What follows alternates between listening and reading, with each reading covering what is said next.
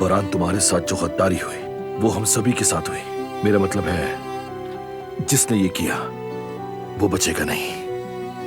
हम उससे इसका हिसाब लेकर रहेंगे इंशाल्लाह। शुक्रिया फरहाद। तुम्हें भी अगर कोई चोट पहुंचाए तो मेरा सामना करेगा, बच नहीं पाएगा मुझसे। सलामत रहो भाई। देखो बरहान, जब इंसान खुद तकलीफ में होता है ना, तभी उसे दूसरे की तकलीफ का एहसास होता है। चलो खैर, बहुत देर हो गई है, अब मुझे चलना चाहिए। कोई काम हो तो बताना। जरूर। हाँ, भूलना नहीं कि अभी हमारा मुकाबला बाकी है।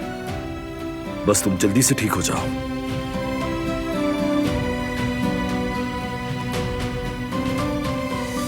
उसमें कोई शक नहीं फरहाद।